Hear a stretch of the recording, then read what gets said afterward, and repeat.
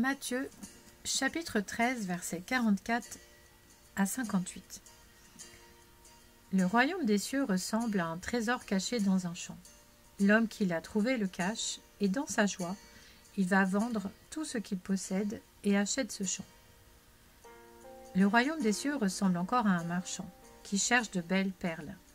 Lorsqu'il a trouvé une perle de grande valeur, il est allé vendre tout ce qu'il possédait et l'a achetée.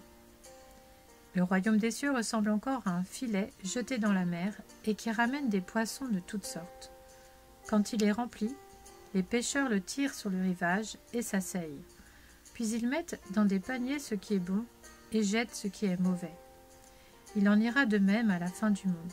Les anges viendront séparer les méchants d'avec les justes et les jetteront dans la fournaise de feu où il y aura des pleurs et des grincements de dents. Jésus leur dit : « Avez-vous compris tout cela ? » « Oui, répondirent-ils. » Et il leur dit : « C'est pourquoi tout spécialiste de la loi, instruit de ce qui concerne le royaume des cieux, ressemble à un maître de maison qui tire de son trésor des choses nouvelles et des choses anciennes. » Lorsque Jésus eut fini de dire ces paraboles, il partit de là. Il se rendit dans sa patrie et il enseignait dans la synagogue, de sorte que ceux qui l'entendirent étaient étonnés et disaient : « D'où lui viennent cette sagesse et ces miracles ? N'est-il pas le fils du charpentier ? N'est-ce pas Marie qui est sa mère ?